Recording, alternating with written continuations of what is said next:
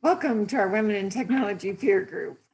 So the New Mexico Technology Council, as most of you know, is a member-led organization committed to supporting the state's tech ecosystem through networking, programming, targeted promotion, public policy advocacy, workforce development, and more. We have our monthly peer groups such as this: cybersecurity, big data, AI, 3D printing, and manufacturing. We have our two signature annual events, Women in Technology Awards and our Experience IT Conference. We're very active in the legislative session this year, as well as promoting our members, making connections, supporting people, and really supporting with the workforce development initiatives as well. We always want to thank our community partners who support our organization: Richard Feynman Center in Los Alamos, Deloitte, City of Albuquerque, FatPipe, Comcast, and so many more, as you can see below.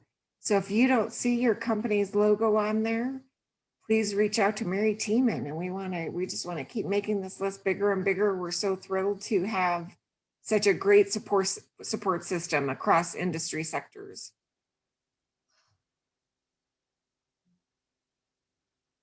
And Mary, I will turn it over to you to go through our upcoming events. Thank you, Deborah. So yes, we definitely have a lot going on at the Tech Council. So here's some of our upcoming events. Our next cyber peer group, they'll be doing a panel. There's a panel discussion, and they're going to be talking about global supply chain security. It's going to be very, very interesting. So you can register for any of these on our website. The next Women in 3D Printing session meeting will be, it's a happy hour. Again, another happy hour, folks. We know we love those. So that is going to be May 19th at 5 p.m. And the next Women in Technology event will be at Electric Playhouse for the Battle Bots and Brews. And I think you guys will hear a little bit more about that. Women in Technology Awards, that is June 10th. And we'll go ahead and go to the next slide. And with that, the 13th Annual Women in Technology Awards, we have an excellent speaker, JJ DiGeronimo. You're going to really love her. And the registration for this event is open right now. We do have early bird registration. So get in and get your tickets at a great price. It's going to be a wonderful event. We have a great speaker, but we also have 7 amazing women that we're going to recognize on June 10th. So, and of course, for any of those community partners that are online today, you'll be getting your codes to register. That's a benefit of being a member of the Tech Council. So with that, these are our sponsors who've already come on board to sponsor the Women in Technology. So if you don't see your logo, your company logo is not there, look, there's plenty of room to add it. So just give me a call. We'll be happy to put it right on there. We do have all of our honoree sponsors. We have 7 honoree sponsors. So each time we mention an honoree's name, we're going to be mentioning that sponsor. So little added benefit this year. And with that, I will turn it over to Renee. Awesome. Well, I just wanted to thank everybody for joining us again. We're the Women in Tech peer group for New Mexico Tech Council, and we meet the 4th Thursday of every month at 4:30. So it's real easy to save the date and block your calendars. We have a fantastic committee. We have myself, who is with Robert Half Technology, and I'm the chair for the WIT committee. We have Sue Ann Athens, Tanya Chavez, Hope McIntosh, Heidi Jackson, and Sherry Clark. So fantastic group of ladies. Really kind of what our mission is to offer support and resources and programs ranging from technical topics to leadership and business discussions, career development, work-life balance and wellness. Overall, we want to create a community where we can collaborate and encourage and network and provide mentorship and grow the representation of women in tech and STEM here in New Mexico. We also want to do a lot of community outreach and pave the way for our next generation of women in tech and STEM. It's really important. Last month I mentioned that, Albuquerque was ranked as a top 10 city by Smart Assets for women in technology, with a higher than average pay equity of 95 cents to the dollar of our male counterparts, and then a 31% representation. But there's obviously still a lot of work to be done, and a lot of opportunity to increase our representation, and for pay equity to not even be a discussion.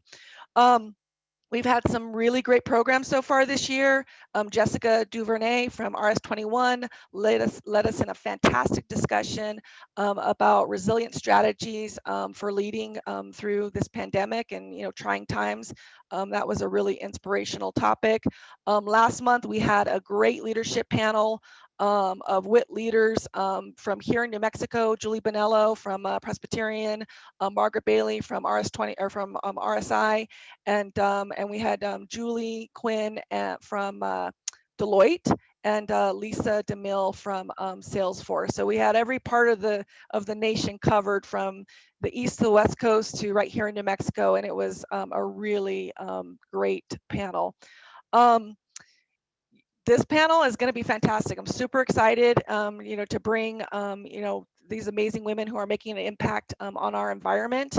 Women in tech, women in STEM, we're underrepresented, but also in the environmental and engineering and in those career trades, diversity is a benefit, and that's certainly an area we need to increase more women in the field. My call to action to everybody on this call is get involved, ask questions, share your thoughts, comments in the chat. We'd like it to be as interactive as possible. We'd love for you to join the WIT community. If you're interested in the WIT committee, let us know. We have a lot of big plans, so we need people who are willing to roll up their sleeves and help out. Like I said, save the date on your calendar for the fourth Thursday. You can share your expertise as a speaker or panelist, or simply invite your colleagues and support the cause. It's a very important cause. We mentioned next month's happy hour is for May. So if you want to put that, there we go, great. So Thursday, May 27th from 4 to 6 p.m. We have a really exciting program with Be Greater Than Average and Electric Playhouse, and they're going to host a private event for the women in tech, battling bots and brews. So it's a chance to kind of get back out into the community, support local business and a fantastic local nonprofit that supports girls in technology, and have a little fun and do it in a very limited and private group. So the tickets are limited, so make sure you RSVP quickly. What you can expect is a lot of interactive fun, augmented reality, some beers, of course, and some robots and hors d'oeuvres, and I can't think of a better combination of things. So we have a quick little video we're going to share about the event, and then Shelly's on the phone, or is on the call here too. So Shelly, if you want to pop in after the video and share anything I missed.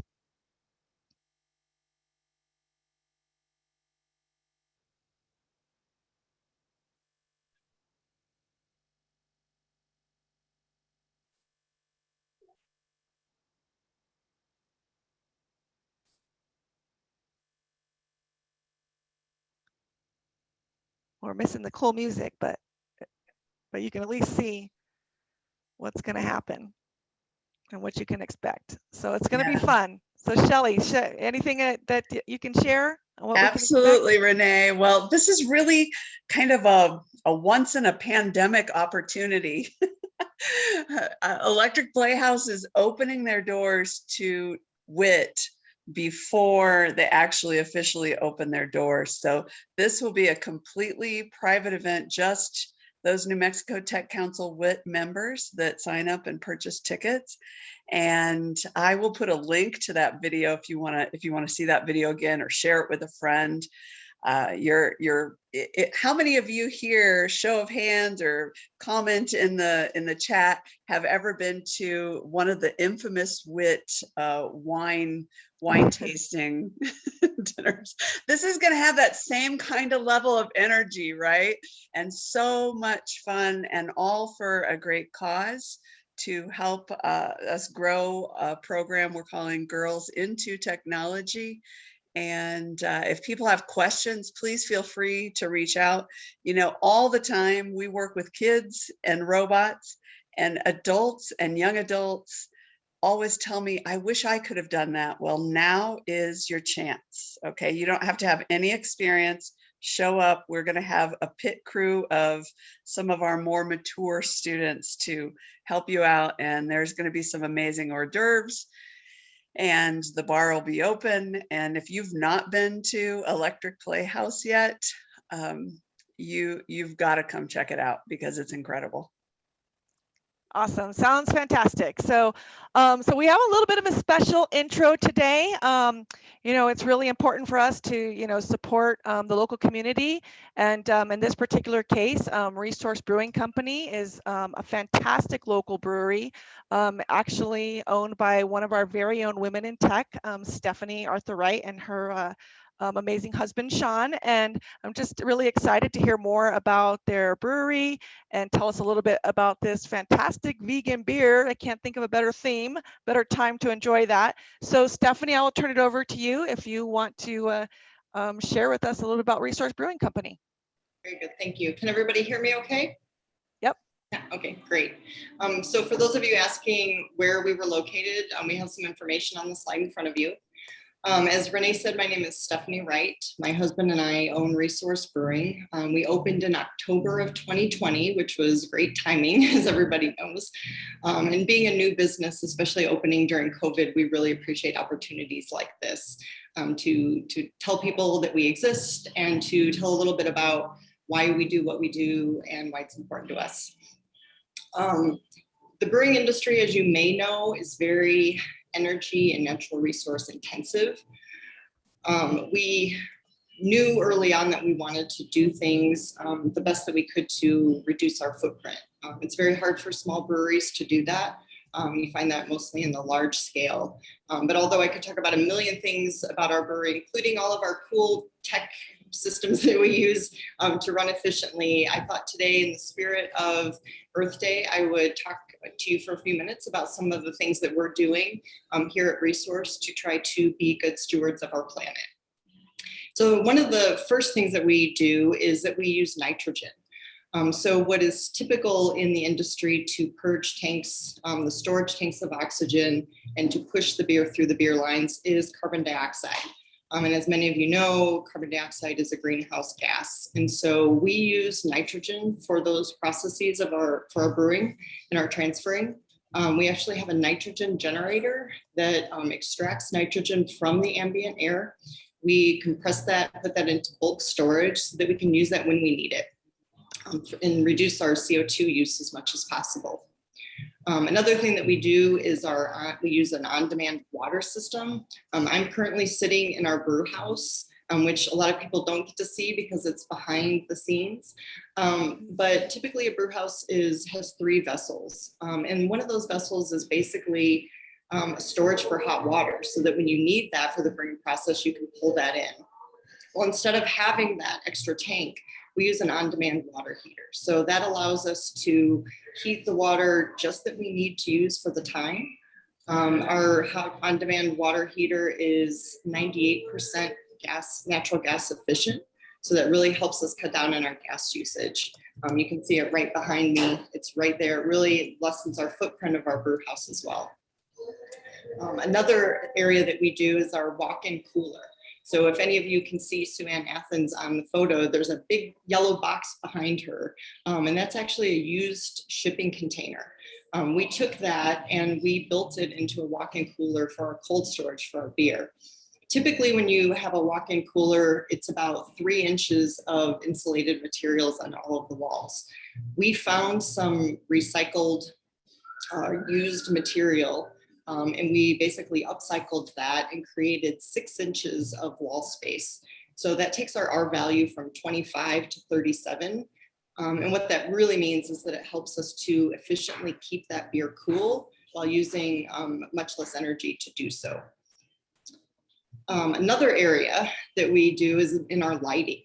So, you can't see it here, but we have 2 skylights in our tap room. When we were doing our build out, we found those, they had been boarded up. And so we opened those up.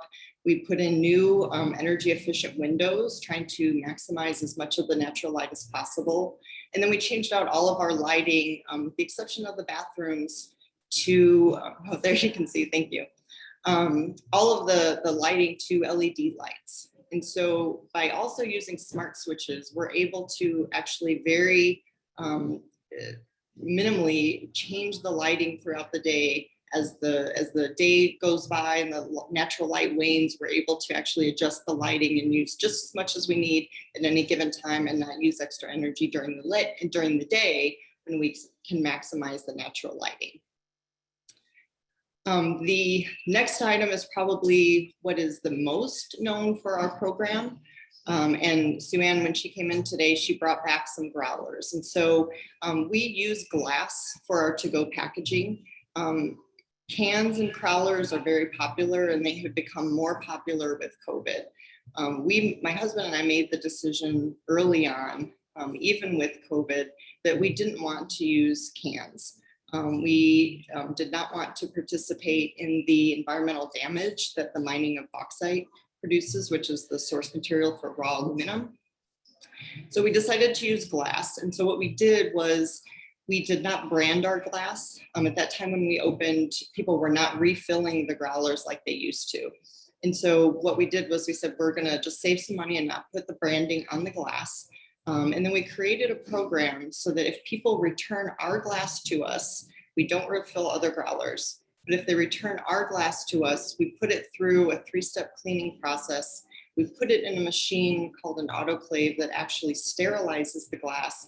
And then we put it back in for future use. So you always get clean glass when you come here. We don't charge you for the glass, but we really appreciate it when people do return it to us. We've been very excited about the community support for this program. And we get a lot of people that even if they don't have time to stop for a beer, they will stop and drop off the growlers. So reducing what we have to procure, reusing as much as possible, and glass can be reused almost infinitely until it chips or something like that.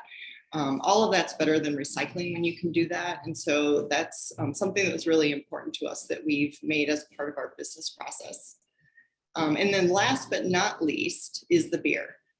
Renee mentioned the vegan beer. And you know, we never set out to be a vegan brewery, but we really do have a large vegan following because as vegetarians, my husband and I really understand the negative environmental impact and the strain on the ecosystem that the animal husbandry industry really places. And so we decided not to use any animal byproducts in our beer. And most people don't even know that that exists, but a couple of examples are a stout. If you have a milk stout, or a lot of people will put lactose in a beer, and it really does give it a nice feel in your mouth, a nice creaminess. But there are other ways to get that effect. Another use that people often don't know about of animal products is in the clarification process. So when you see a nice clear beer, a lot of times it's using a product that's derived from fish bladder. And so again, there are other means of doing this, other products that are not derived from animals. And so we chose to use other products. That helps us to feel good about the beer that we serve. We can strike up conversations with people about what we're doing from even the beer that they're consuming, which, by the way, Renee can attest to this, it doesn't taste any different from other beer that may not be vegan. And perhaps you might think it tastes better, but it gives us a way to really start the conversation with our customers.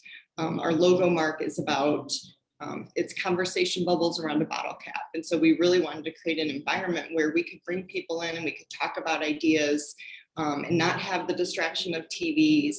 And really just talk about things, about social issues, about the beer itself, about what's important to us as humans. And so we're really excited to be here. We're glad that we're still here, having opened in October, and we intend to stick around for as long as possible. If you haven't come by, we would love to have you. We love seeing new people. We love having regulars. And we're here to talk and support you, or maybe host some things in the future as things open up a little bit. But that's it. Those are just some high level things that we do in our brewery to try to lessen our environmental footprint and be good humans and good stewards of our planet. And if you want to get in touch, social media is really the best way to stay connected with us. We have 5 house beers right now. The Kolsch, which is the Clown Car Kolsch, which is what Renee's drinking. And Deborah, I'm sorry, I didn't see what you had gotten in your growlers, but we have an IPA, we have a Swiss lager, a Schwartz beer, which is a black lager, and we have a stout. Our stout is the Equality Stout, which Renee had those stickers for. And we probably have, at least to my knowledge, the only beer that has a mission statement. And our mission statement is that a portion of the proceeds of that beer go to rotating organizations that work to support equality in the community. So it's really important to us. And so we created a sticker in its honor, and we enjoy having it on tap and having people drink it. We're going to be adding some new house beers. We do some fun small batch beers in much smaller quantities. We announce those on social media. Really allows us to stay creative and to test out some new recipes. So whenever you're in the area, please come by. We appreciate the support. We appreciate meeting new people, and they're really just grateful to be here. So thank you so much. Thank you. I'm excited to go back, and the Quality Stout is fantastic too. So please support Resource Brewing Company, and thank you so much, Stephanie, for your time.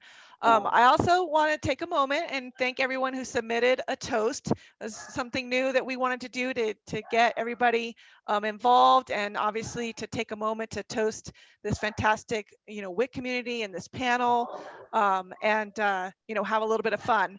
And so we had some great submissions, and the WIT committee did pick a winning toast. And so Leah Pelletier from Acro Service Corporation, if you could turn your video on and give us a wave. And I will take a moment to lead us in her toast. And I'd also like to ask everyone on the call, if you could take a moment and turn your video on, hold up your glass, and that way everybody can see your smiling face, but also we can get a nice little photo op for NMTC. We would really appreciate that. So everybody turn your video on, hold up your glass. And Leah, in Leah's words, where the flowers bloom, so does hope. Cheers to the women in tech who make such a huge impact in our lives, communities, and for the greater good of the world. Fantastic toast, Leah. Thank you so much. I'd like to add to that toast that I really am toasting and thankful for the WIT community, all the men that have joined us and continue to join us and continue to advocate for diversity in the workplace, and to this fantastic panel of women in STEM and leadership that are making a difference in our environment. Thank you, ladies. So I will turn it. Cheers. Yeah, yes, cheers. Salud. Salud. So for no further ado, I will turn it over to our moderator, Sheila Mendez, who's our past NMTC chair and board member, and she's a director of operations and IT PPMO at PNM, to introduce our panel. All right. Thank you, ladies, for being here tonight. We're ready to have some more fun. What a great introduction. Thank you, Stephanie, for telling us all about your great place. We look forward to being over there. But I got to tell you, we've got 3 fabulous women who are here on our panel, and they are going to be the ones who are going to share with you what they do and how what they do on a daily basis really impacts our environment on a positive note. So I'd like to introduce Denise Gallegos. She's the marketing manager for Affordable Solar. Denise, say hi. All right. And then we also have Andrea Goodbar, and she's a GIS specialist with the Office of Information Technology at the New Mexico Environmental Department. Say hi, Andrea. And we also have Amy Holleran. She's a senior manager at Renewable Energy Program, S&D National Labs. And as Deborah said, one of our former WIT awardees. Say hi, Amy. All right, I'm not going to give you guys the bios. And the reason being is because I'm going to ask these ladies firsthand for them to give us the information in their own words. So, Amy, I'm going to start with you, all right? Please tell us about your company, right, your role and your mission to impact the environment. I'm going to ask each of you, so be prepared. Sure. So my role at Sandias, I head up the research program for renewable energy. We've got about 125 researchers who do work in solar, geothermal, water power, and what am I missing? Wind energy. And so every day they're trying to make a difference by lowering the cost, improving the availability, the resilience of renewable energy so that we can combat climate change. All right, thank you, Amy.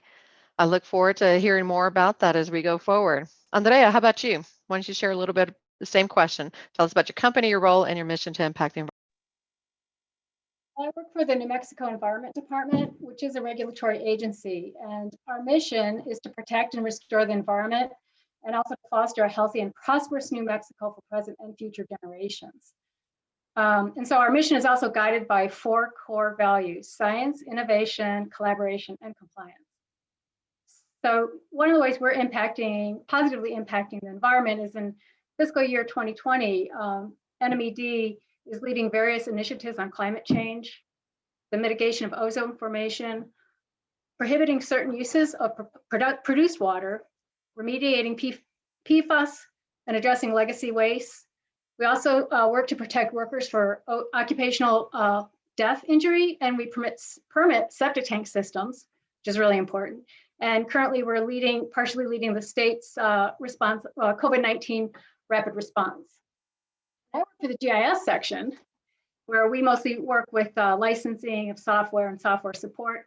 And that's basically what my role is I provide support for all the bureaus. There's 12 bureaus for GIS related business analysis, software application development, and I provide guidance on GIS related issues. That's about it. All right. Thank you, Andrea. Appreciate that. And then Denise, let me ask you the same question so you can introduce yourself. Yeah, I work for Affordable Solar. We're New Mexico's largest residential, commercial, and utility scale solar company.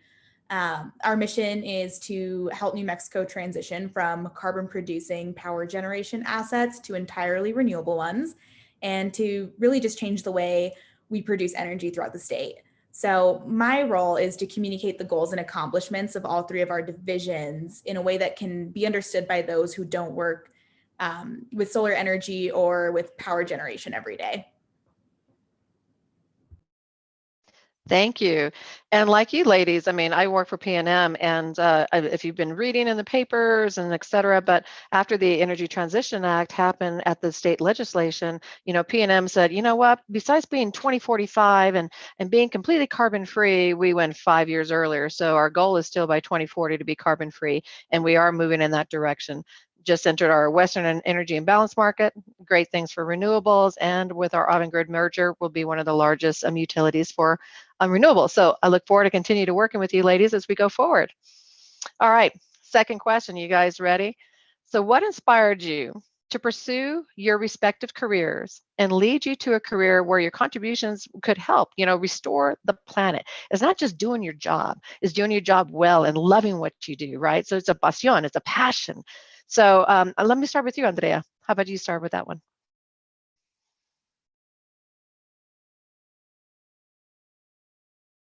Andrea, you might be on mute. Yeah, I was. Sorry about that. I kind of like to keep my mouth shut, you know. Anyway, that was kind of easy for me because, I mean, really, I guess since I was 6, I always was interested in maps, natural resources, land management, and habitat preservation. So it was just kind of, you know, easy. But I never excelled in math or hard science academically. So, you know, around middle school, I decided, well, I'll be a writer, because what science? I mean, really, science is observing and recording. And so I thought, well, I'll just write about everything. And then in college, I was more inspired by Rachel Carson. And so I thought, great. So I graduated with a bachelor's degree that was focused on physical geography and resource management. And that gave me the ability to write environmental assessments. And I started with the Bureau of Land Management. And then I moved on to the WIT site, writing procedures for the pre-operational non-radiological environmental sampling for them for a while. And then I took 20 years off to help with the education and healthcare management for my son. And when I tried to go back to work, my skills were totally irrelevant. So I went back to school, thank you, CNM. And it was as if this whole technology had opened up that just was perfect for my interest. And I earned a certificate in geographic information systems technology. And then from there, I went on and earned a master's at the University of Arizona. But mostly through all this time, what I was doing was I was just chasing jobs that aligned with my interest. And when I didn't have paid work, I did academic and independent research projects to build my skills and keep active in what I was interested in, expand my credentials.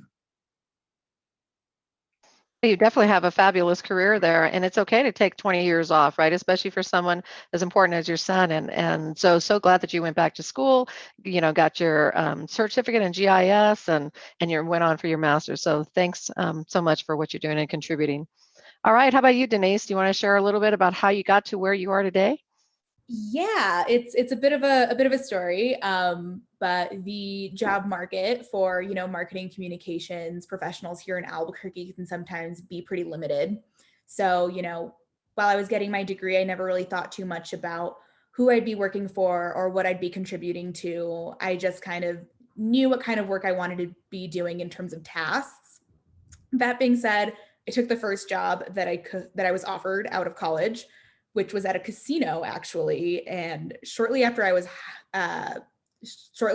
hired, I was put in charge of their marketing department, and suddenly I had control over what type of projects I would be working on. And I just didn't find that fulfillment doing that like I thought I would. So yeah, that led me to kind of trying to figure out what I was interested in doing. I really wanted to feel like I was contributing to something I was passionate about. And I started to recall some of the experiences I had while I was studying abroad. So while I was at UNM, I had the opportunity to study abroad, and I spent some time in Ecuador and Peru, where, just frankly, the observable effects of climate change were quite alarming. And I frequently think back to a moment that happened while I was on a trek in Peru called Montaña de Colores, or Rainbow Mountain. So I went with a group, and it took us about 6 to 9 hours to get to the peak of this mountain. It was breathtakingly beautiful when we got there. And I just remember sitting there and taking it in when our guide comes to us and tells us how the trek we were on really only recently became an attraction in the last couple of years, because before that, the mountain we were standing on and all of the surrounding peaks around us had been covered in snow. But, because of climate change, that had all melted. And I really think that was the moment that made me realize just how important it was to do what I could for our planet. So when the opportunity to become a part of New Mexico's transition to a clean source of energy production became available, it really seemed like a good way to contribute to the fight against climate change. What an amazing experience. So get to be able to travel, got to go to Ecuador and Peru and see Los Montaños de los Colores. See? So just a beautiful place. I can only imagine like it was completely covered in snow, and then all of a sudden, because of climate change, you're like, ooh, wow, people can actually, hike up there for 6 to 9 hours and enjoy the view. What an amazing story. It was beautiful. I recommend it to anyone. Oh, I'm sure. There's lots of things to do in Peru. So just get out and get going, right? Well, thank you. I appreciate that. How about you, Amy? You want to talk to us about what inspired you to pursue your respective career, and, what is your passion about restoring the planet? Sure. Like a lot of folks probably on this call, I was inspired by a teacher. My 10th grade chemistry teacher was amazing, and I just loved chemistry. And so when it was time to pick a major, I decided to major in chemical engineering because I had always been good at math, and it sort of bridged the two. And then when I was getting ready to graduate, I was looking at the jobs that were out there, and I really didn't want to work in a chemical plant, and I wanted to do something that could make a difference. So I went and got my master's degree in environmental engineering because that was a new field at the time. Superfund was pretty new at the time. There was a lot going on in the environmental world, and it allowed me to make a difference. So I graduated with a master's in environmental engineering and worked in consulting for 20 years doing hazardous waste site investigation and cleanup. I got to a point in my career where had a bad boss. And so, like a lot of folks, I decided to look and see what else was around. And one of my good friends worked at Sandia and said, I have the job for you. And it was to manage the atmospheric science and geophysics group departments there. And the atmospheric science, I bid on the job, did the interviews, got the job, again, with a lot of support from two of my girlfriends who helped me through the interviewing process. And the atmospheric science department at Sandia runs a research station up on the North Slope of Alaska and has for over 20 years, where they're collecting climate data, the impact of clouds on climate, etc. And even in the 5 years that I managed the department, you could really see how things are changing quickly in the Arctic. Ice is thinner. It's really impacting the native communities up there. A lot of them are subsistence whalers, and they can't go out on the ice because it's not competent. And so then when the opportunity to manage the renewable energy program came up, I was really passionate about that because I felt like that was one way that I could help contribute to climate change and to the effects that I had seen firsthand up in the Arctic.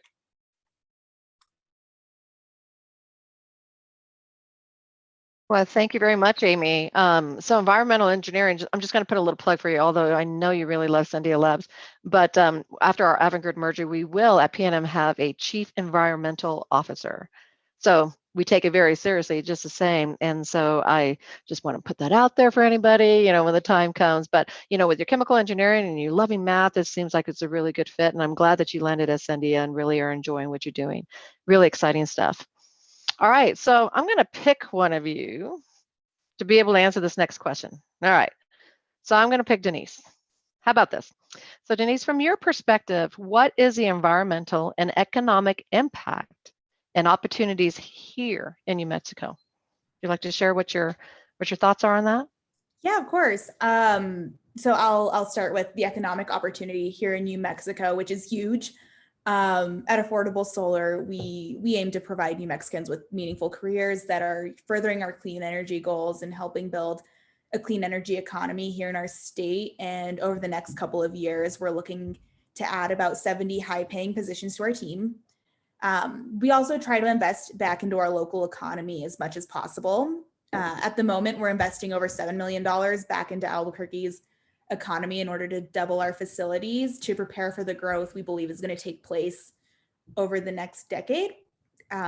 More broadly speaking, aggressive renewable energy policies such as federal and state tax credits and community solar are really driving the expectation that there's going to be a prolonged boom in the industry just in the coming years alone, especially if these new policies set us on the path to non-carbon electric generation by 2035, which is looking like a possibility considering Biden's announcement this morning that he wants to cut carbon emissions in the US by 52% by the year 2030. So that's the economic opportunity and impact. But in terms of environmental opportunity, New Mexico receives on average nearly 75% more peak sun every day than the rest of the country. This is the type of sunlight that that's generally sought after for efficient solar energy generation. So that, in addition to the 300 plus days of sunshine that we get each year, makes Albuquerque one of the best locations for solar energy in the country, and maybe even the best urban area for solar energy production, just period. So the opportunity is really exceptional. In terms of impact, Affordable Solar alone has installed over 350 megawatts of solar in our community. So to put that into perspective, it's like removing the emissions of 107,000 gasoline-fueled cars from the environment. We're really in the business of empowering New Mexico residents, businesses, and even our utility companies like PNM to take advantage of the renewable energy opportunities here in our state and preventing further carbon emissions from entering the atmosphere. Thank you for that. I appreciate it. You know, what's interesting, what you just said there was, you know, Biden even, he put it out there, right? So he wanted by 2035, cut 52%, cut, you know, our carbon emissions in the US. That's a bold statement, a very bold statement. So let's see how, you know, the rest of the community and the different companies that are coming up with all the new technologies and so forth to be able to, especially like battery storage, right? That's a big one. And grid modernization, you know, that's stuff for us too. So it's really exciting to see the different types of companies and what they're coming up with and using the brain power for something really good. So thank you. Appreciate you sharing. Yep. All right. So I'm not going to ask the same question, but I am going to go ahead and jump to, let's see here, Andrea. I'm going to ask you this one. So how does STEM apply to your organizations or maybe your role, right, with regards to the environmental efforts? So just, you know, the normal STEM, and of course, that's what New Mexico Technology Council is all about. So I'd like to hear from you.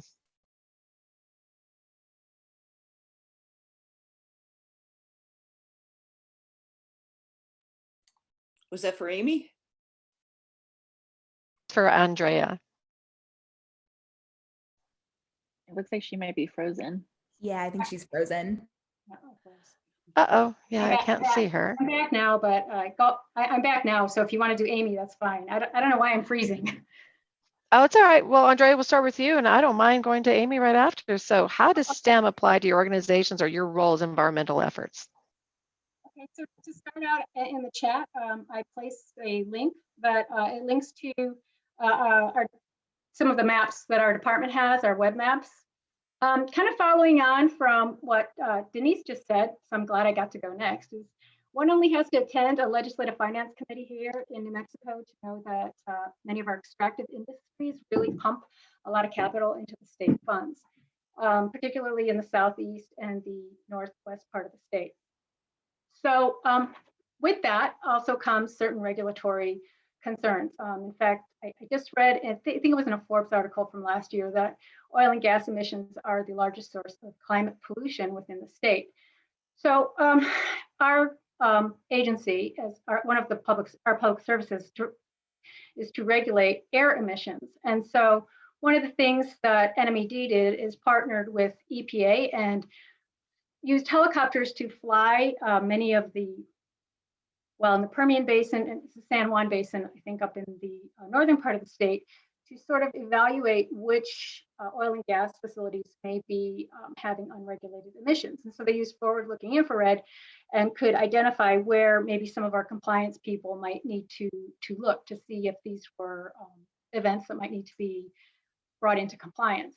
So what my department did is we took those forward-looking infrared videos and we put them up on YouTube and linked them to one of our web maps so that the public can zoom around and click on the little airplanes and see which facilities may be having unregulated emissions. And it helps with targeting where compliance inspections need to happen. And another thing where we help is New Mexico is also, it's a large state, a lot of miles. We have a lot of fuel stations. And most people know that petroleum storage tanks eventually leak. NMED has a fund called the Corrective Action Fund.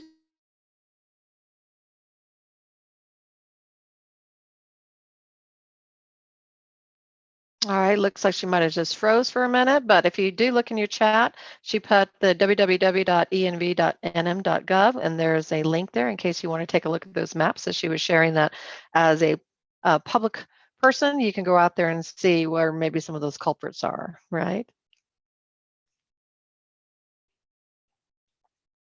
All right, Andrea, since you are still and frozen in time. Amy, would you like to share with us how does STEM apply to your organization and your role in the environmental efforts? Sure. So Sandia, as most folks in New Mexico know, is one of the Department of Energy's national labs. We are the engineering lab. So right there, you've got the E in STEM. We have about 13,000 employees. I forget how many engineers and scientists, but it's a huge percentage of us. And we do everything from keeping the nuclear stockpile safe to renewable and nuclear energy, all forms of clean energy, non-carbon emitting. So we hire everyone from students. I've got 25 year-round students in my program, and we're hiring another 15 this summer. And so that's really how we engage in STEM a lot, is by trying to inspire the future generation and bring them into our organization. Just within renewable energy, Sandia hires itself about 1,000 interns every summer. And so we're really trying to influence the future generation, get them excited about the work that we do, get them excited about working in STEM, and turn them into, scientists and engineers of the future. Just curious, out of those interns, 1,000, that's a lot that you get to bring in every summer. Do you get to be able to maybe hold some over for jobs, or because they got to go right back to school? It's just kind of a great opportunity to get them really excited about STEM and what you guys have to offer. Oh, we certainly have.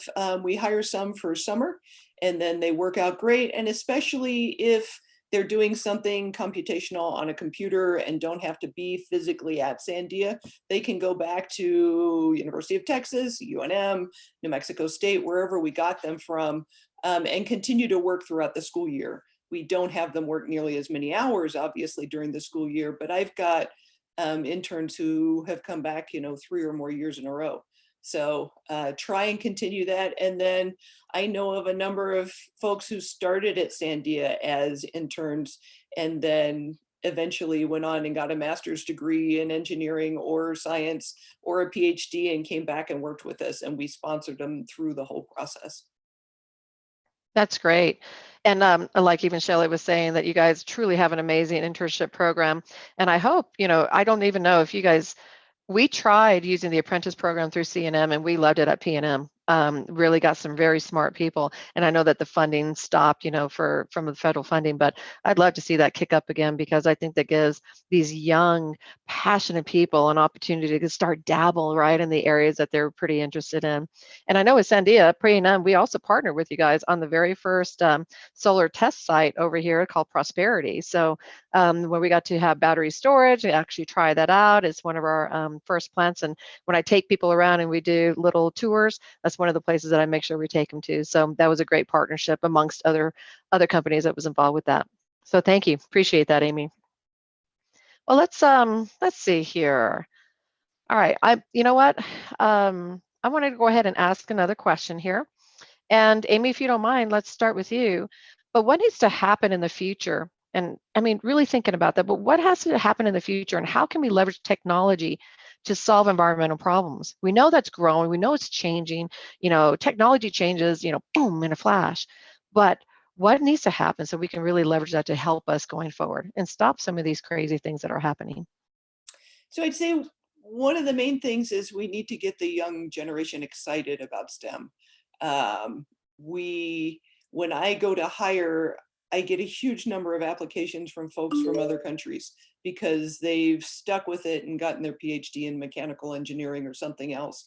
And I'd really like to see somehow for us to continue to inspire young folks to go into the hard sciences and engineering, because they're going to be the ones who solve these problems for us. From a technical perspective, I actually think that Bill Gates' book on climate change is a great primer on this.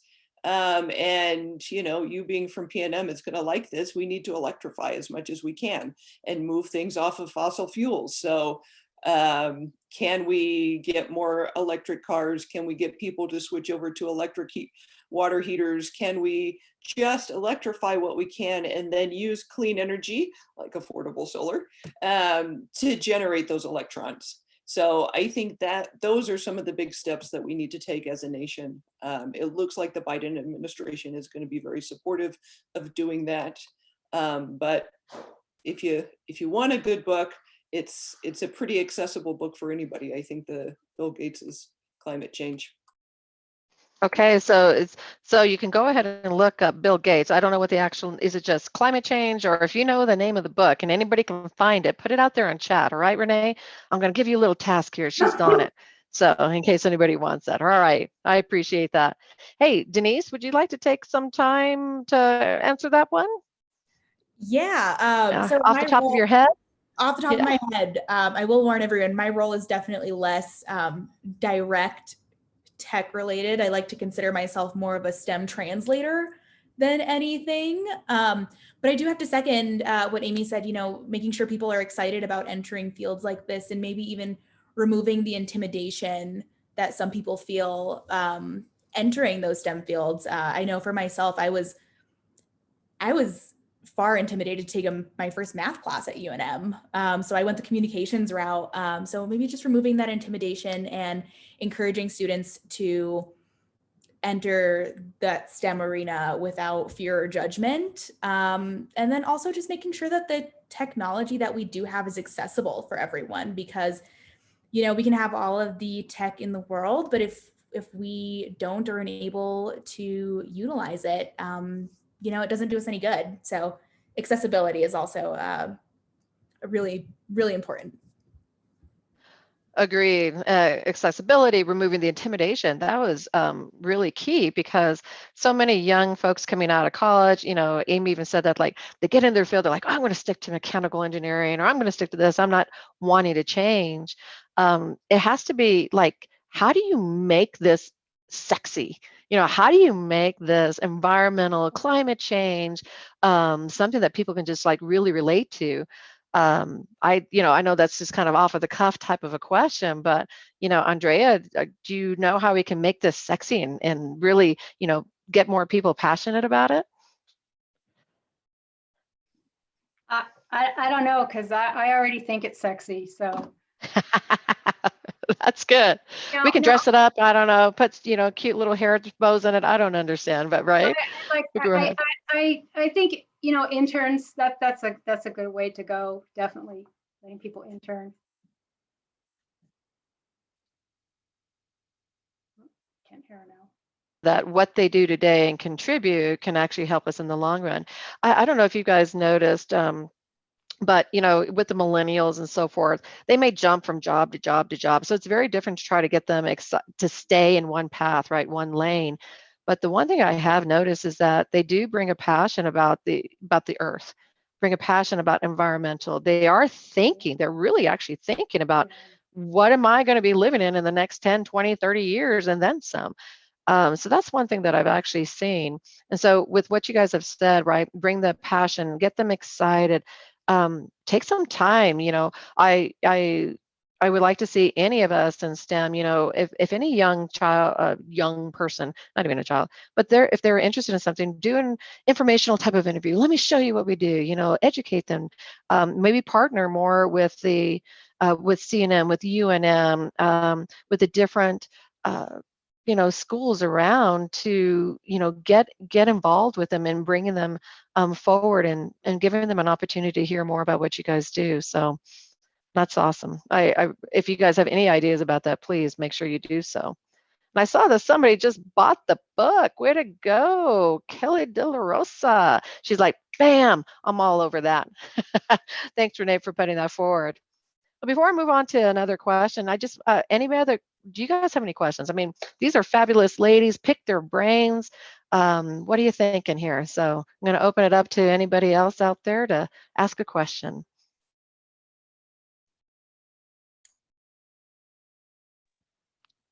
I have a question. I mean, we have some great comments going on in the chat, and I think your point, Sheila, about millennials, being mission driven, not just with the climate, but in general, right? I think that's really important. But my question is on a, it's obviously related to women in tech and STEM.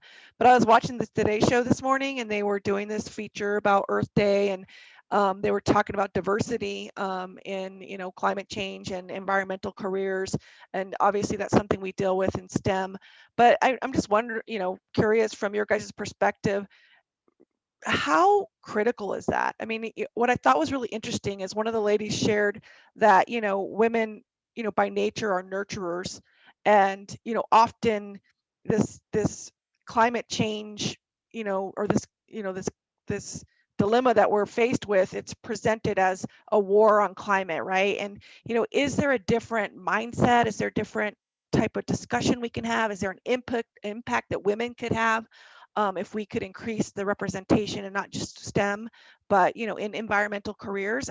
And they were sharing that there's studies that show that when women are in parliament or in decision-making roles, that there tends to be stronger environmental laws and more enforcement, and just practices that are much better for our planet. So just I really thought that was interesting this morning, and I'd be curious to hear your thoughts on how important that is and kind of what we can do to improve the representation in environmental careers as well.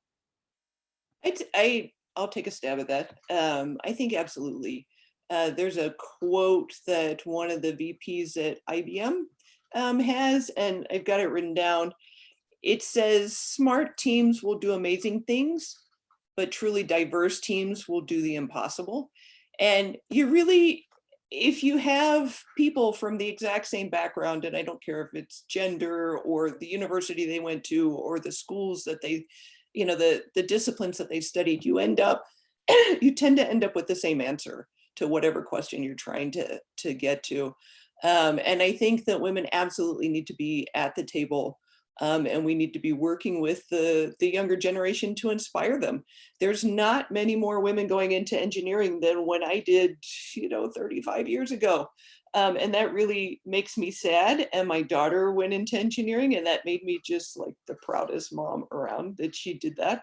So I think we need to continue to show that engineers look like me. They don't look like necessarily what people are shown, in the media and have a stereotypical vision of. So I think it's really important, so the women in the girls in STEM, there's organizations about girls in coding and all those types of things. And the more we can get our young women exposed to that, the better, and we'll have come up with better, more inclusive solutions to environmental problems.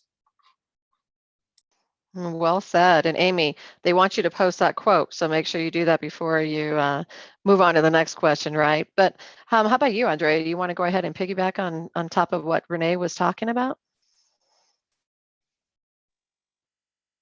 What Renee was talking about, you know what? I gotta say, my internet just kicked on at the very end of her thing, so I really missed her whole question. I'm sorry, and I'm sorry I was honking out. Don't worry about it. I understand. You know what? We're all about the technology, so we got to live with what we have. So it's all right. We'll come back to you on that. Having a mobile hotspot is always a good idea. Perfect. How about you, Denise? Anything that you want to add to what Renee was talking about with the millennials and their mission driven? For sure. So maybe less on attracting diverse candidates, but really supporting them and coming from a place of understanding when, somebody's maybe the only person in the room that looks like they do, it can be really intimidating to speak up. So, the more you can support and empower that individual, the more beneficial their work is going to be. They're going to have the confidence to speak up and voice those really important ideas. And I guess that's really all I have to add, is making sure we're supporting those diverse team members as well as attracting them. Beautiful. And Andrea, you just put out there that you would love to teach open source GIS to after school group. Well, why not? I mean, get more people involved, with not only a GIS, and that's such a concept within itself. I actually have the GIS team from P&M who report through my structure and learning a lot more about what they do and how, mapping and drafting and the cool things they're doing with 3Ds and the modeling. And so there's some really awesome things. Do you have an idea of what kind of after school group you might be able to go in and teach, or are you just saying, hey, I'm open if anybody knows anything? Well, Andrea? With open source, one of the best things about open source is it's open source, so there's no cost associated with it. So right there, that's a really nice technology that you can leverage in all different sorts of communities around the world. But I don't know, I'm kind of partial to middle school kids. So when I was in Carlsbad with the job before the one I had now, actually Amber Gallis, who's on the call, and I had been talking about, that's who I worked with down here. We were talking about starting an after school group, maybe for girls. And I got that idea from a niece who was doing that for a while. And I thought that might be an interesting thing to do, just have an after school group for girls. Of course, I mean, I guess if boys want to come, that would be absolutely fine too, because they need to learn GIS as well. So that's kind of the age group that I like to work with. So middle school, probably. I think they're more moldable. They're not in that high school like, I know everything. I'm just ready to get out of here. And they're not. The little ones are like, oh, they're just soaking in so much. But the middle school, they have that intrigue, that curiosity, that ooh, little sponges too. But they're like, okay, I can kind of dabble and experiment, and they're kind of they're risk takers, right? They haven't quite formed yet what they want to do when they grow up, type of thing. Do we have any other questions out there? I know Renee and some other folks are monitoring that, but I've got a question. or any other comments you want to pop out? Yeah. Yeah. All right, Alex. Hi. It's for Denise. So I was wondering how you market. I mean, you're talking here a lot about the climate change aspect of getting solar, but does that impress people much when they're considering solar, or do you have to talk more about the cost? That's one question, and the other is I see you guys sell utility scale systems too. Is that going to have more of an impact? Is that a better way to go than individual rooftop solar? I mean, in your opinion, for New Mexico or for the planet? Yeah, so to answer your first question, I think it really depends on the target audience that we're talking to. So for residential rooftop solar arrays, it's definitely more compelling to talk about the financials because candidly, it's a really good investment. However, in the past year and a half, we've really seen this shift where people are putting those financials aside and they are really concerned about the environmental impacts that they're having. So that really depends on who you're talking to. So it can definitely be a mix of both. When it comes to our commercial clients, it's definitely more numbers driven. They're businesses, they're focused on turning a profit, which we respect. And we just love that we can help them in a way that benefits the environment. And then utility scale is also kind of a mix of both, but that's where the environmental impact really shines because it is a lot more impactful. So, to branch off of that and get to your second question, I do think that utility scale and electrifying the grid and changing to a non-carbon generating power generation source is the way to go. That's how we're going to have the most impact. It really has to be a top-down thing to address climate change at this point. Yeah, So, and going off of what Alex was saying. Go ahead, Alex. Did I answer your question? Yeah, thanks. Okay. What I was going to just say is piggyback on top of that. So Denise or Amy or Andrea. So because he asked specifically about, okay, individuals putting it on top of your roof and things like that. I know from a distribution system from P&M, it's very difficult to manage and monitor that. We don't have the technologies yet on being able to see what's out there and what can impact the grid, right? So it's all about the load and making sure that we are able to meet the demand. But for the rest of you, so the ones on the panel, just what about community solar? I mean, I know there's one where you said a utility base. I know P&M is investing all over the place and we're showing that and showcasing it, but we're seeing more and more community solar plants, if you want to call them, right? So subsidiaries that are jumping up and it's more of a community side. Do you see that in your area, or what kind of impact would that have versus individual versus utility? So I'm throwing it out there. I'll take a stab at that. I know the Department of Energy sees community solar as one way to increase environmental equity. So I have solar panels on top of my house because I own my house, and so I could do that. And my electric bill was, $12 last month, even though my husband and I are both working at home, and a lot more electricity than we've ever used in our lives. And your average person who lives in an apartment, who rents their house, can't participate in that. But in a community solar program, that is one way that you can bring in more folks to be able to participate. Fantastic, thank you. Anybody else on the panel would like to add to that? I think Amy really covered it with that. She mentioned that she owns her home, so she can put solar panels on top, but it's not an option for everyone. My partner and I rent. So we're definitely looking forward to the integration of community solar to our grid so we can take advantage of clean energy as well. When is that going to start? When are we going to be able to invest in a community solar project now that it's passed? So I know that renewable or solar companies around town are starting to prepare for it now, but it looks to be about a year out from, signing up for subscriptions. Mm-hmm.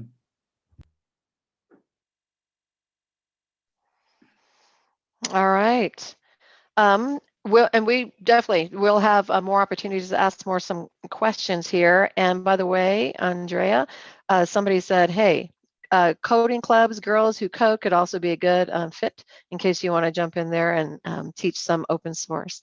So those are some great ideas. I'd like to go ahead and ask another question here. And I'm going to ask each of you. So let's see who's going to go first. Denise, we'll pick you.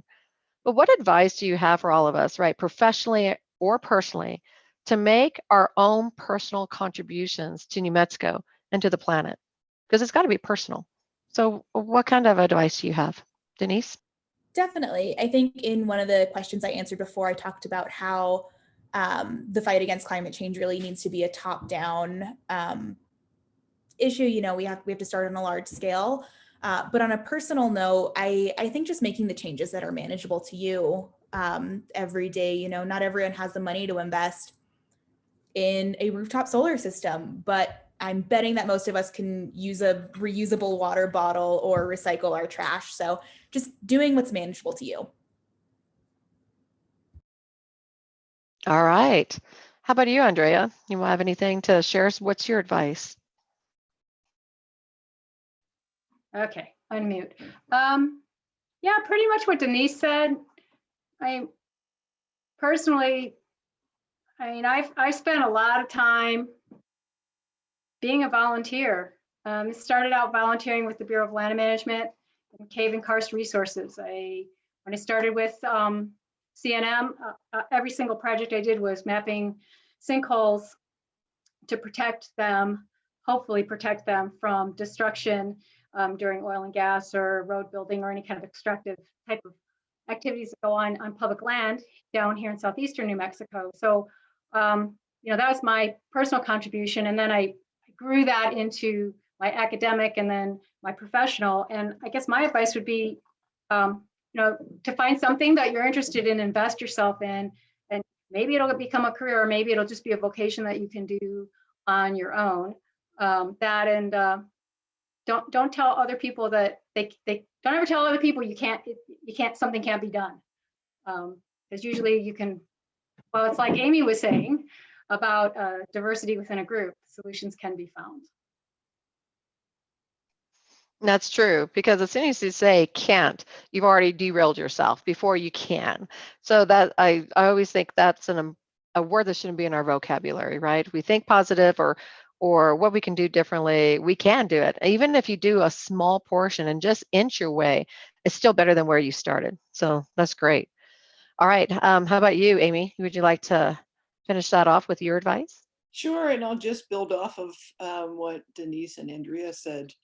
You have a lot of opportunities to make choices. You have the opportunity to walk into Resource Brewing and buy their locally environmentally brewed beer, or going someplace and buying something that was brewed, in Minnesota or wherever it was, that got put on a truck and was driven here and was refrigerated the whole time it was driven here, and then in a store refrigerated. So there's a lot of just small choices you can make in your day-to-day life to try and make a difference for New Mexico. And the more we support New Mexico industries and New Mexico businesses, it reduces our carbon footprint because we're getting things locally.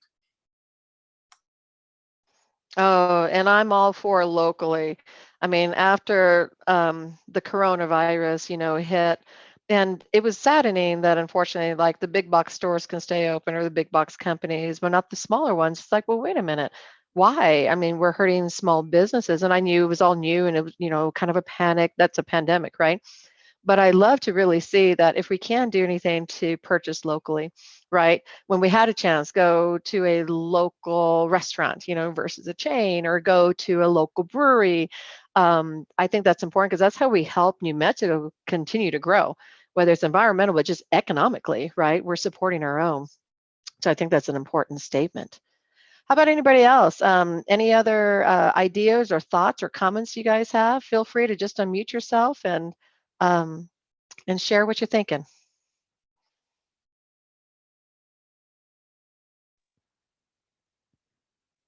So I'll jump in again. I think there's obviously a lot of downside, and things that have come of this pandemic, and the small businesses, and job losses, and a lot of things, obviously that are unfortunate, and that hopefully we recover from sooner than later.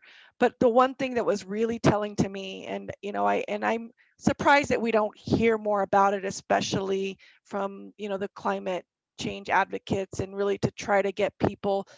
I think a lot of people want to do right, and they want to do the right, well, and they don't necessarily realize the impact that they can have in such a short period of time. But when you look at this last year and the differences in climate change, just even the smog in LA, because so many people are working from home, I was amazed, and it kind of restored my hope that we could make a huge impact on the planet with just a little bit of sacrifice. And so I think sometimes people look at climate change as this huge undertaking, and we have to change our entire lives, and and maybe make a drop in the bucket, right? But you look at the last year, and what's nature already starting to heal itself. It's pretty amazing. And so I don't know if other people have really kind of noticed that. I'm sure people have, but I just wish we talked more about it. And I think that's the one silver lining that's come from this pandemic, that our earth has been able to heal a bit. No, that's great thoughts. If you, every single one of our panel members said it's a personal choice, right? And what you're talking about is you're actually seeing it, our earth almost healing itself. Did any of you guys ever see the movie? I think it was called The Day After Tomorrow. Oh, that scared me. I don't know. Anybody see that one? That was crazy, right? Yes. Where how Mother Earth just came in this whole little frozen thing come through, and it's just freezing everything. And because it just, and then they had somebody up at I don't remember if it was a space station or they were floating in space, but they're looking down, they're like, yeah, I think there was a space station. They're like, this is the first time we've ever been able to see the Earth like this clear. But Mother Earth kind of takes care of herself, but we're the ones that are kind of polluting it. So personal choices of, do you recycle? Do you recycle your glass? Do you go to local places that are supporting the environment? What are you doing? Because we each have an opportunity to make a difference. And again, it doesn't have to be like, whoa, I got to make like this, but do you see even those small incremental as we go along? Just it's huge, right? And if everybody just did their little part and just a little bit at a time, just imagine where we can be on 10, 15, 20, 30 years down the line, and then some. Open up for other comments or questions. Miss Deborah. Yeah, hi, Sheila. So Renee, I think that's a great point. You made me go right to Google and look up smog in LA. I hadn't even thought about that. I think that's really interesting. And does anybody have any thoughts, so on recycling? I'm kind of an obsessive recycler. I have teenagers that will sometimes put glass and cans in the trash, and I end up digging them up and rinsing them out and putting them in my recycling bin. But it's so discouraging sometimes if you actually put on some of the shows where they're talking about all the pollution in the ocean. And now even with the PPE, I guess I'm just curious on thoughts. And even if some people are naysayers and say, well, it's all just going right in the trash now, even if you're putting it in your recycling. Is there anything we can do to salvage the plastics and the recycling? And I think Amy's getting ready to tell me what to do. Where should I take it? Do I need to ship it? I can ship it somewhere myself. I would do that. Yeah, just keep recycling. And then when you have the choice to buy something that's made out of recycled materials, create the market so that it is cost effective for the recycling companies to operate. So yes, I think the Division of Solid Waste still landfills a lot of our recyclables, but they do it in a different part of the landfill so that when the price comes up, and the price actually is going up. So I just read an article about the price for recycled plastic, and it has taken a big leap here recently. They'll be able to mine it instead of being commingled with all the other waste.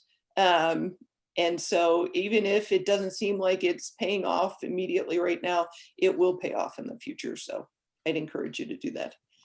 Okay, thank you. I'll keep doing that. And my mom's in an assisted living facility, and same thing, you know, they're giving her all those little plastic cups for her pills and that kind of thing. And I said, so are you all recycling? And they said, oh, yes, we are. And they're just putting it all in the same bin. I think they're fibbing to me. They're like, we're pulling it out. So I'm going to get my mom a, darn it. Can you see my hands on my hips? I'm Yeah, going to get my you're gonna mom give her a little trash can and I'm some gonna little bags. So all you have to do is give- grab them and go. I'm going to give her a blue bin. And if I have to come and pick it up once a week, or I'm going to label it and I'll say, I'll come and pick it up. You know, I just can't stand throwing that stuff in the trash. Yep, exactly. And there was so Kelly, she actually said, well, as far as PPE, I have been told to snip the earlobes for the ocean friends. Oh, the loops. Oh yeah, well that makes sense. Well, they're getting That caught in goes around- animals. Yeah, I Oh, saw the yeah. same thing probably, Kelly, that you did, and I'm a big animal lover, Yeah. so it's certainly you know, causing some havoc, you know, not only on the climate, but you know, with animals and getting caught, and so yeah, I heard the same thing. That's awesome. And hey, Anne, she's also giving you guys a little information here, but she also found some amazing yoga exercise wear made out of recyclable plastic. So recycled plastic bottles. She said they're super soft and comfy. Well, Anne, if you know where you can go, whether it's on Amazon or some kind of other, we're not trying to promote a particular site, but hey, I don't care. Put it out there, and maybe somebody else wants to get into some of those comfy, great yoga exercise wear. There's That's a bunch great. of them, Yoga Democracy, Beyond Yoga, I think. There's a bunch of them, and I was sort of stunned because like I would pick this, I'm not giving anything up to buy something made out of Yeah, you're like- recycled. It's like, it's even better. That's right. Well, some and more. these days we're all wearing yoga wear. Oh yeah, I can, if I actually showed you my below my desk, same thing, honey. I haven't changed out Denise, these yoga Girlfriend pants. Collective. Yes, Girlfriend Collective is another one. Ooh, You can tell I've been doing a lot of retail therapy since that's good. the pandemic and a house fire that moved me out of my house and into town in November. So lots and lots of retail therapy. And I'm sorry, Anne, to hear that, but thank you for sharing that, because it's good stuff. It's always a good thing just to remind ourselves we can, again, do our little part. It's a personal choice, like every single one of our panel members said. That's awesome. I think I might actually have to go do that too, because Costco's been my friend, but maybe Girl Collective or some Girlfriend Collective might be. So. All right, anybody else? Any other thoughts? Go ahead, Denise, please. I was going to tell you, Sheila, Girlfriend Collective is great, but Beyond Yoga is also, it's a little pricier, but they're also made of recycled materials, but they are the softest leggings I have ever put on. I swear by them. It's hard for me to wear any other ones anymore. the price is a little, these are all like small companies, and so it's not going to be cheap, but you're still doing your parts. If they're perfect and they're incredibly comfortable, you don't care. That's right. Some level, if you can afford it, I mean, hopefully, but as long as they're a little tight, you know, help us with the, what do they call it? The COVID-15. High waist. That's all right. the way up here. Just everything's, yeah. I don't have any recommendations on soft leggings, but I've got a question for you. Come on, Alex. Come on.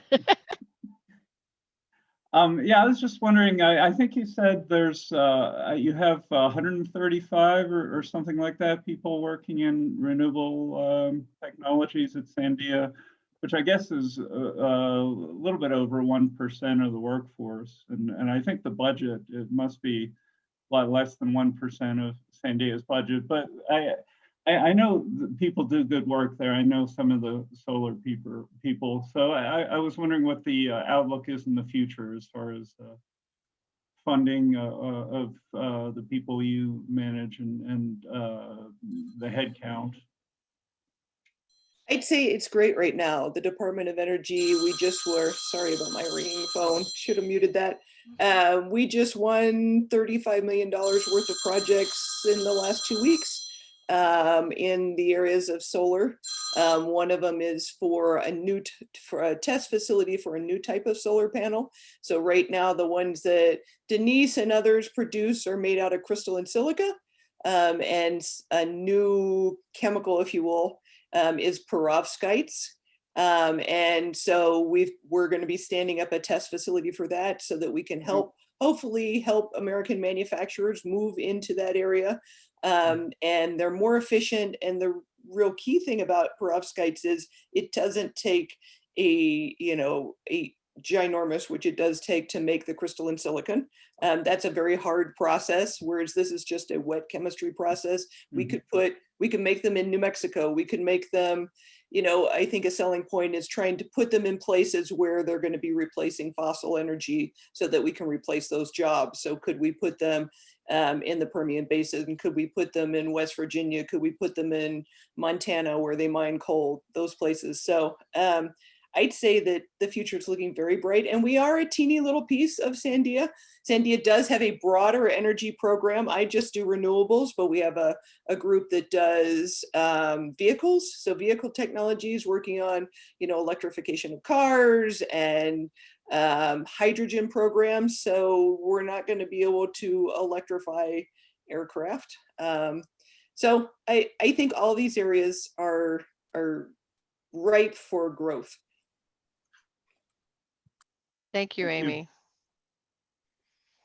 Hey, if you guys hadn't seen in the chat, Emily also posted out there about women in engineering. Anyone who has young children or grandchildren, that her daughter loves a series of book called Ellie, the Engineer. So she gave you a link to that. So that's a good way to get these young girls interested in engineering.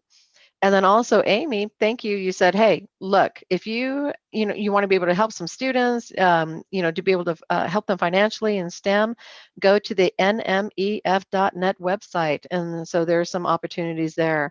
So those are great information, and we'll be sure to make sure that it's part of our whole recording today. But put those down and spread the word. All right. Anything else anybody would like to share? Or any other questions that we have? I'll just throw something out there. I threw it in the chat, but in terms of ways to make a difference, because I'm now a financial advisor. I have a history in defense industry and physics and astrophysics and stuff. But just for people that are interested in helping your money follow your values, there's the story out there that if you want to invest, in sustainably or in ESG and all the different words, you have to give up on performance. And one of the things that's happening over the last few years is that's not true. Companies that are, in fact, it's being identified as a risk factor, right? If you aren't going to make it when the climate changes, you're not a good investment for the future. And so, because I think at one point, Sheila, you talked about all the companies doing all this stuff. That is really true, and it's taking off. And so that's something that you should also can consider. And if anybody's interested in that, connect with me. I'm willing to just share ideas and where to go and do things, and how to do those kinds of investments, how to look at them, because that's something I'm starting to do with my clients, because I feel like it's something at least I can do. My industry isn't really directly about it, but if I'm just more out there with people saying, this is an option, are you interested? And putting some of my clients' stuff into things like that I'm maybe helping a little bit that way. So if anybody's interested, drop me a note. We can have a chat and I can answer questions or share anything about that. No fees involved, nothing. No, thank you. No fees. All right, so we're going to take talking. that opportunity. Definitely take that opportunity with Miss Ann. So if you need more information, so make sure you guys reach out to her. Thank you for that. And also too, Selena, thanks for letting us know for $25 a year.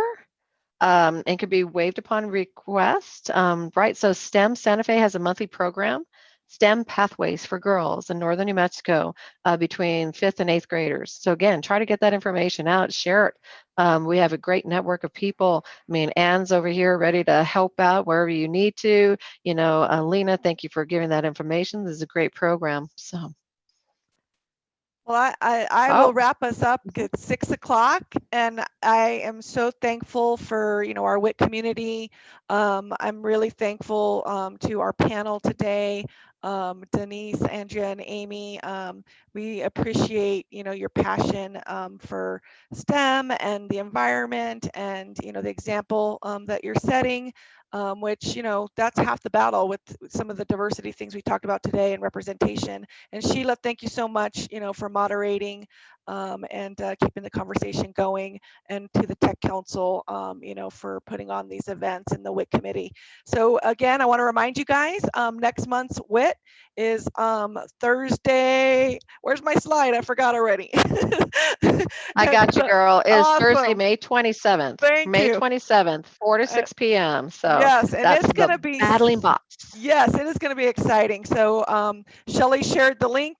You can log in there. We'll be sending out the invite, but we would love to see you. And thank you all for joining us. And make sure you visit Resource Brewery. We will do that. Thanks, Stephanie, for showing us a great time out there, right? We're ready to go get some more beer. Everyone have a safe and wonderful evening. Take care, and you know what? Protect our environment. Thank you, ladies. Thanks, everybody. Great event. Really fun. Awesome. Thanks.